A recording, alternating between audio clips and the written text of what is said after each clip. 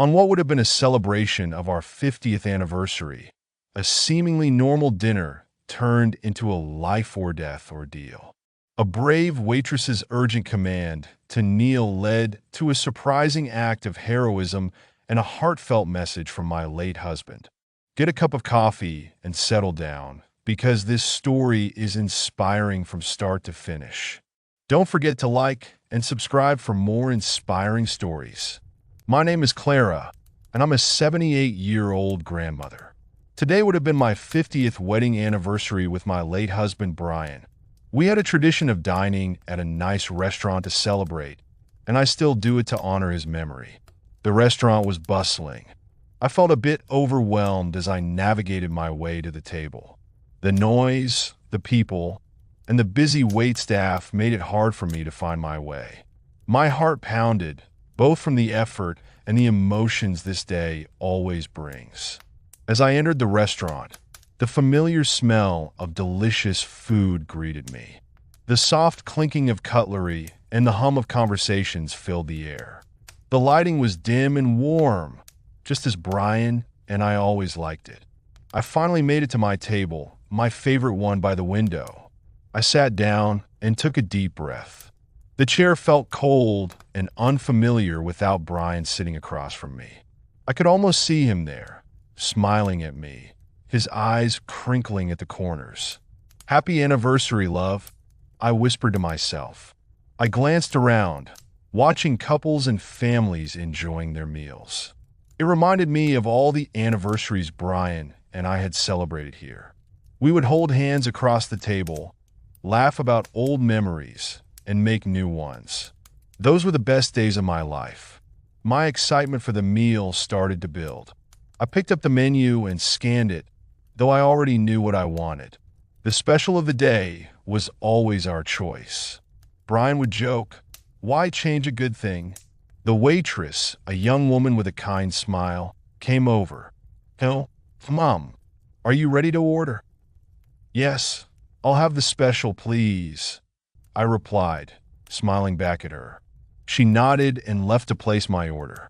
When she returned with my food, my heart sank. The plate was dirty, smudged with something I couldn't quite identify. "Excuse me," I said politely. "Could you please replace this plate? It's not clean." "Of course, ma'am," she replied, looking slightly flustered. "I'll be right back." She took the plate and hurried back to the kitchen. I sat there, waiting, my excitement dampened by the small disappointment. A few minutes later, the waitress returned with a clean plate. But instead of setting it down in front of me, she leaned in close and urgently said, "You need to get on your knees immediately, ma'am." I blinked, shocked. "Why?" I asked, my voice shaking. "Please, just do it now," she repeated, her voice trembling. Her eyes darted towards the entrance. I hesitated, my mind racing. Why was she asking me to do this? But there was something in her voice, a note of desperation that made me comply. Slowly, I slid off my chair and knelt beside my table.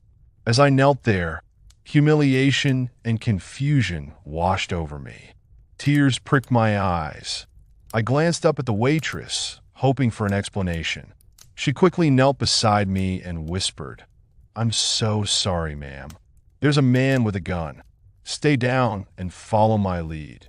My heart pounded in my chest. I glanced towards the entrance and saw him, a man with his hand tucked inside his jeans, looking around the restaurant suspiciously. Fear gripped me, making it hard to breathe. "We need to stay calm," the waitress continued, her voice steady but low.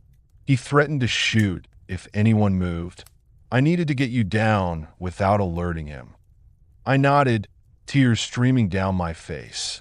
The reality of the situation hit me like a wave, and I felt a mix of fear and gratitude toward this brave young woman.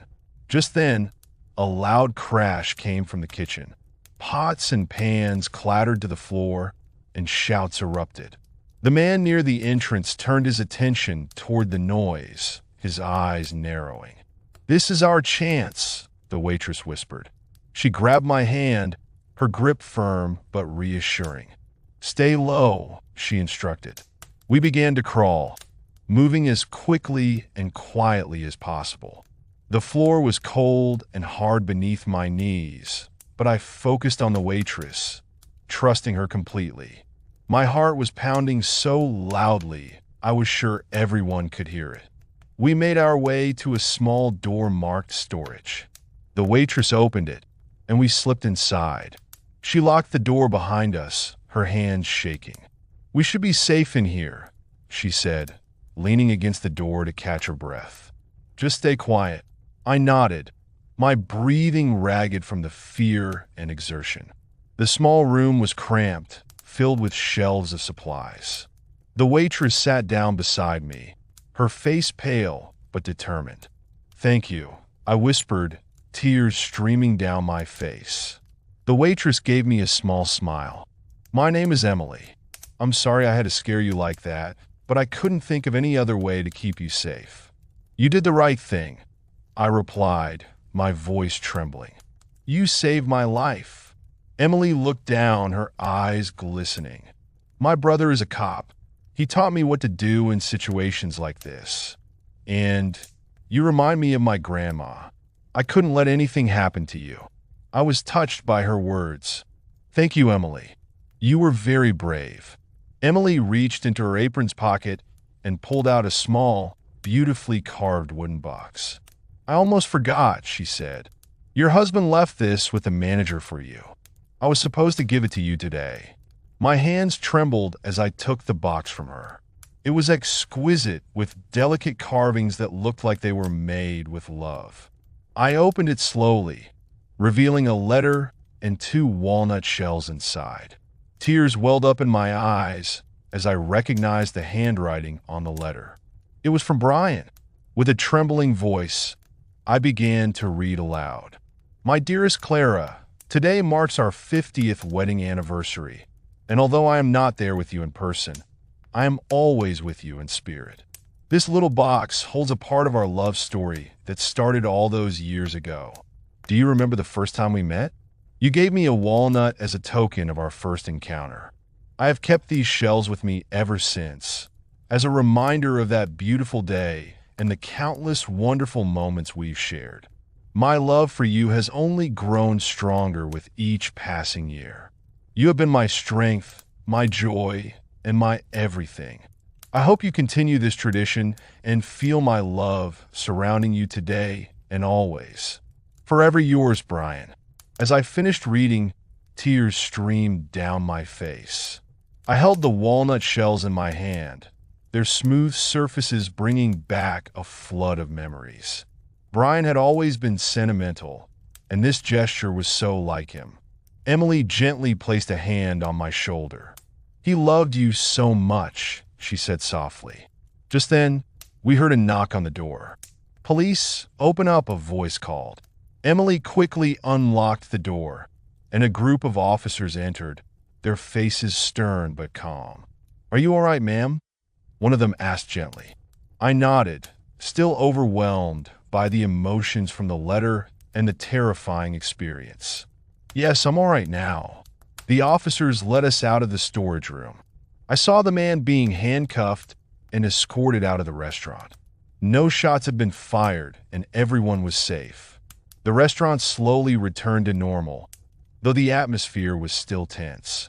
One of the officers, a tall man with kind eyes, approached us. "Emily here did a brave thing," he said. "She kept you safe and helped us apprehend the suspect."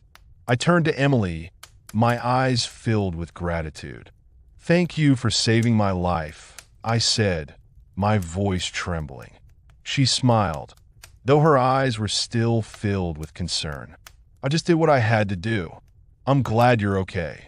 As I left the restaurant, clutching the precious box and letter, I couldn't help but think about the unexpected twists that day had taken. What began as a humiliating and confusing moment turned into an act of heroism that I would never forget. Emily's quick thinking and courage had not only saved my life, but had also given me a beautiful connection to Brian's enduring love.